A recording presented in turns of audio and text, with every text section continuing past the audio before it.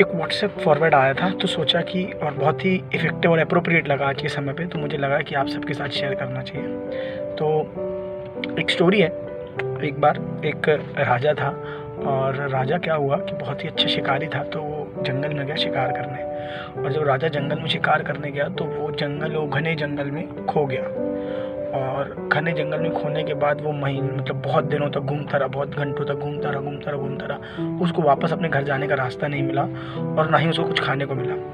1 दिन बीते, 2 दिन बीते, 3 दिन तक राजा भूखा प्यासा घूमता रहा, खाने की तलाश में, रास्ते की तलाश में वो घूमता रहा। और फाइनली 3 दिन बाद उसको जब खाना नहीं मिला तो उसने सोच लिया कि अब नहीं हो पाएगा, और अब उसकी इसी जंगल में मृत्यु हो जाएगी। राजा ये सब सोच ही रहा था, तो सोचते सोचते क्या हुआ कि उसको थोड़ी आगे पे एक सेब का पेड़ दिखा, एप्पल का पेड़ दिखा। राजा खुशी से फूला नहीं समाया। वो गया और उसने क्या किया, बहुत सारे एप्पल तोड़ने लगा, और हर एक एप्पल के साथ वो भगवान का शुक्रिया अदा कर रहा था कि थैंक यू भगवान, ये एप्पल का पेड़ उसको मिला और ये एप्पल उसको मिला, वरना वो क्या हो जाता, भूखा मर जाता। और वो काफ़ी टाइम तक इसके लिए परेशान हो जाता, मर जाता, मतलब वो अगर उसको एप्पल नहीं मिलता तो। 1 एप्पल तोड़ा, 2 एप्पल तोड़ा, एप्पल तोड़ता गया और खाता गया। ऐसे करते करते उसने 15-20 एप्पल अपने पास इकट्ठे कर लिए। जब उसके पास 15, 20, 25, 30 एप्पल इकट्ठे हो गए और वो एप्पल खा रहा था ना, तो पहले, दूसरे, तीसरे एप्पल के बाद उसकी ना जो ग्रैटिट्यूड वाली फीलिंग की थी कि थैंक गॉड कि उसको वो एप्पल का पेड़ मिला और वो एप्पल मिला, वो धीरे धीरे क्या होती गई, कम होती गई।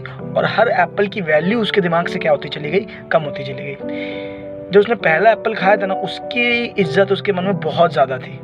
बजाय उसकी जब वो 5-6 एप्पल खा चुका था, तो 7वें एप्पल उसको थोड़ा खट्टा लगने लगा, या 7वां एप्पल उसको उतना टेस्टी नहीं लगा, तो वो फेंकने भी लगा कि 8वां एप्पल उतना अच्छा नहीं है, या 9वां एप्पल उतना अच्छा नहीं है। वो फेंकने लगा कि वो चुनने लगा कि कौन सा एप्पल वो खाए और कौन सा एप्पल नहीं खाए। यही उसके साथ चलता रहा।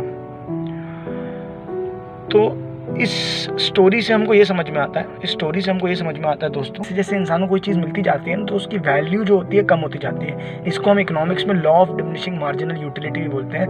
और लाइफ में इसको आप बोल सकते हो कि ग्रैटिट्यूड वाली जो फीलिंग है ना, वो कम होती जाती है।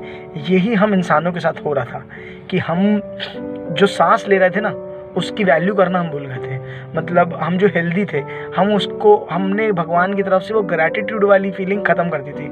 और समय का भैया देखिए कैसा घूमता है कि आज अगर हम घर पे सिर्फ सेफ बैठे हैं, हमारी कमाई हो चाहे ना हो, अगर हम घर पे सेफ बैठे हैं, तो हमारे मन में एक ग्रैटिट्यूड वाली फीलिंग आती है कि हाँ यार, कम से कम हम हॉस्पिटल के चक्कर नहीं लगा रहे हैं, कम से कम हमारे घर में कोई एडमिट नहीं है, कम से कम हमें किसी के घर में ऑक्सीजन की कमी नहीं है, हमें रेमडेसिविर या किसी भी इंजेक्शन की कमी नहीं हो रही है, या कोई भी ऐसी दवाई, हम बुरी परिस्थिति में नहीं है। हमें अगर 3 टाइम खाना मिल रहा है और हम घर पे बैठ के नेटफ्लिक्स देख पा रहे हैं ना, तो ये शायद हम वापस से वैल्यू कर पा रहे हैं। लेकिन हम ये करना भूल गए थे, और जैसे ही समय वापस से नॉर्मल होता जाएगा ना, तो हम फिर से भूल जाएंगे। तो इम्पॉर्टेंट ये है दोस्त कि वो ग्रैटिट्यूड वाली फीलिंग हमेशा रखें, ये थैंकफुलनेस रखें भगवान के लिए कि हम एटलीस्ट हेल्दी हैं, हमारे पास 3 टाइम का खाना है, हमको बहुत ज़्यादा टेंशन नहीं है कि हमको खाना कैसे मिलेगा, हम बहुत लकी हैं दोस्तों। तो इस फीलिंग को हमेशा हम अपने अंदर ज़िंदा रखें। ये एक छोटी सी स्टोरी थी, आशा करता हूँ आपको पसंद आई होगी। Thank you.